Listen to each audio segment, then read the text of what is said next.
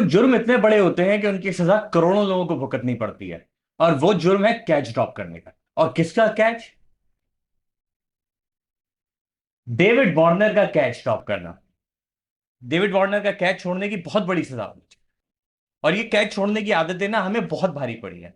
हमें याद है वो जो जिस तरीके से वहाब रियाज का कैच छोड़ा था, और अभी है। सो ये तकलीफ, ये दर्द। साला ये दुख का खत्म नहीं होता बे। लेकिन मसला ये है कि आज हम जो है वो इस पे गुस्सा नहीं करेंगे। हम हैं सेकंड स्टेज पे।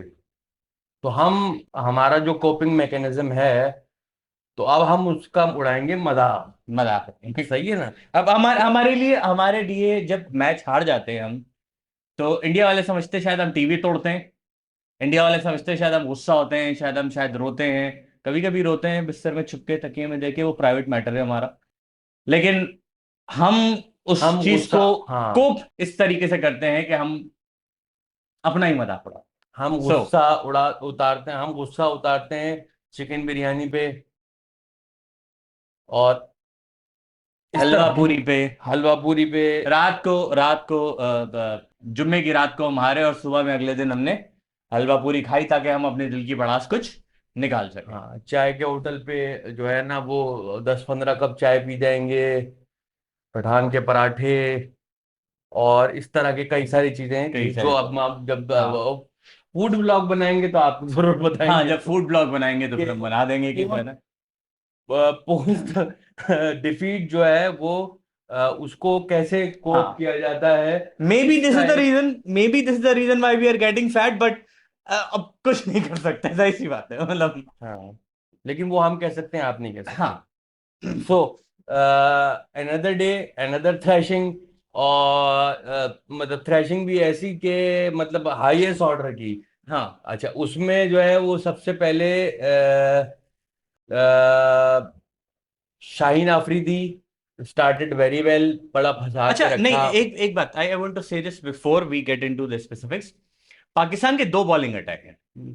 एक वो जिसने जिंदगी में कभी क्रिकेट नहीं खेली है, जो गली में क्रिकेट खेलता है, जिनको पता ही नहीं होता कि बॉल कहां मारनी होती है, क्या करना होता है।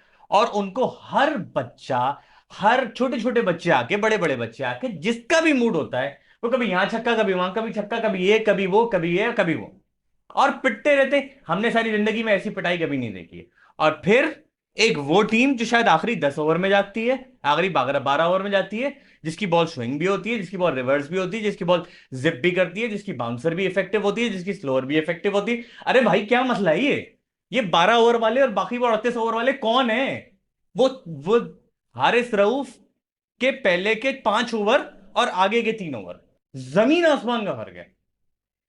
अब बताइए क्या क्या मतलब, क्या क्या करें इनका, ये दो जो नहीं नहीं, मसला ये है स्प्लिट कि डिसऑर्डर है। इसमें ब्रेन डेड बॉलिंग तो है, ब्रेन डेड कैप्टनसी है ना। मसला ये है कि सबसे पहले जो उसामा मीर ने कैच छोड़ा डेविड वार्नर का।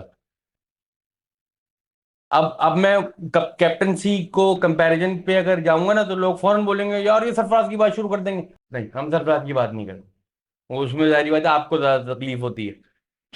हम ले जाते हैं जो लोग समझते हैं ना कि पाकिस्तान का greatest ever captain Imran Khan. उनकी बात बताता हूँ, ये उन लोगों के लिए छोटा सा मैसेज है जिन लोगों ने सिर्फ 92 की हाइलाइट्स देखी हैं।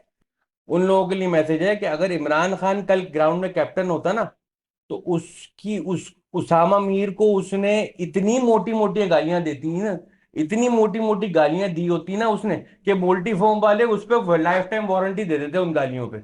इतनी मोटी मोटी गालियां देता है इमरान खान उसामा मीर को। और सिर्फ गालियां ही नहीं देता, उसके बाद हो सकता है वो उसामा मीर उस ग्राउंड में नजर भी नहीं आता कभी आपको। तो ये है कैप्टनसी का। अगर स्टैंडर्ड आपके वही वाले सेट करे हुए ना, तो उस स्टैंडर्ड पे ये होता है प्रोएक्टिव कैप्टनसी। ये नहीं होता कि छक्का पड़ गया छक्का पड़ गया शक्ल बनाने से कैप्टनसी नहीं होती। You have to be proactive. आप बात कर लो जाके अपने उससे, क्या कहते हैं, बॉलर से बात करो, डिस्कस तो करो ना यार, कि यार ये स्ट्रेटेजी सही नहीं है, आप ये ट्राई कर लो, आप ये स्ट्रेटेजी शायद सही नहीं है, आप ये ट्राई कर लो।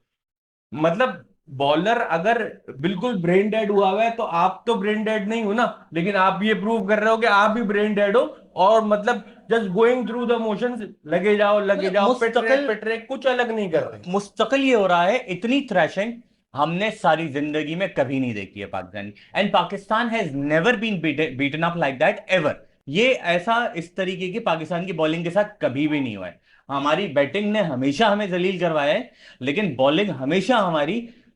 यार मैं बताऊं पाकिस्तान की टीम में इस वक्त मिसिंग कौन है।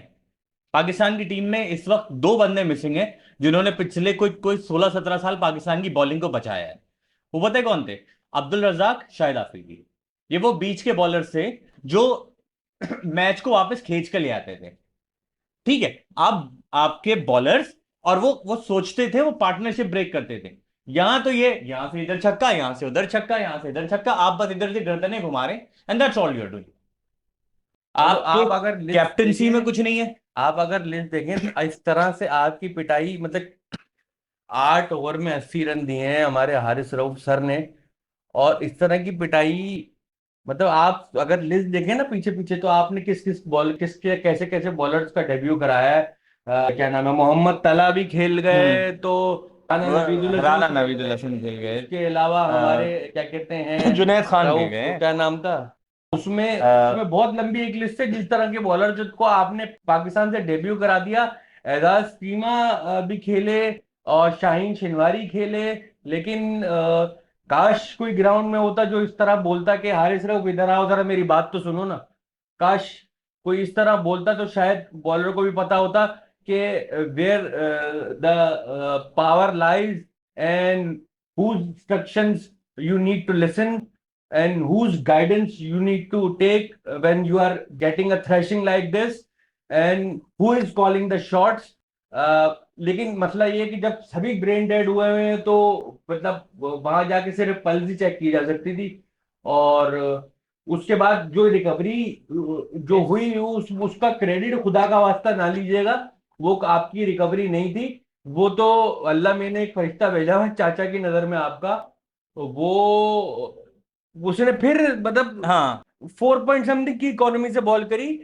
वही सेम ग्राउंड पे, सेम उसके ऊपर जहां आपके स्पेशलिस्ट बॉलर मिर्जा नवाज साहब, वो भी उसी उस पे कर रहे थे। उसामा मीर को हम कुछ कह नहीं सकते, वो बच्चा है, लेकिन जाहिर सी बात है वो भी बॉलिंग कर रहा है। आप मुझे बता दें, उसामा मीर अगर पिट रहा है, उसने 8 की एवरेज से रन दिए हैं, तो पूरे ग्राउंड में, पूरी पाकिस्तान की 11 में कौन बंदा था जो जाके उस काबिल था, जो जाके उसको एडवाइस करता था? हारिस रऊफ पिट रहा था, तो आपकी पूरी 11 में कौन ऐसा एक बंदा है जो हारिस रऊफ को जाके बोले बेटा ये नहीं कर, ये कर? कोई एक बंदा है? आपकी जो ये जो पॉलिटिक्स की हम एट द एंड बात आ जाती है ना, तो ये जो पॉलिटिक्स कर करके जो आपने अपने सीनियर्स को बिल्कुल कटा दिए ना। आपके आपकी टीम में शायद सबसे बड़ा सिवाय इफ्तिखार के और कोई भी नहीं है। ठीक है, कोई सीनियर प्लेयर नहीं है, कोई मंजे हुए प्लेयर नहीं है जो आके सिचुएशन में जाके बताते ओ भाई ये नहीं कर, ये कर। तो आपके पास कोई बंदा ऐसा, कोई गाइडेंस नहीं है ना आपके पास। ऑन द पिच है ना ऑफ द पिच है। ऑफ द पिच भी नहीं है। ऑफ द पिच भी आपके सारे, टू बी वेरी ऑनेस्ट, बहुत सारे आपके कोचेस हैं सारी दुनिया में मौजूद है, ये हैं वो है, लेकिन वो सारे भी वो हैं जो आपको अच्छे, ये तुम अच्छा कर रहे हो, ये तुम अच्छा कर रहे हो। somebody needs to give them a very good one।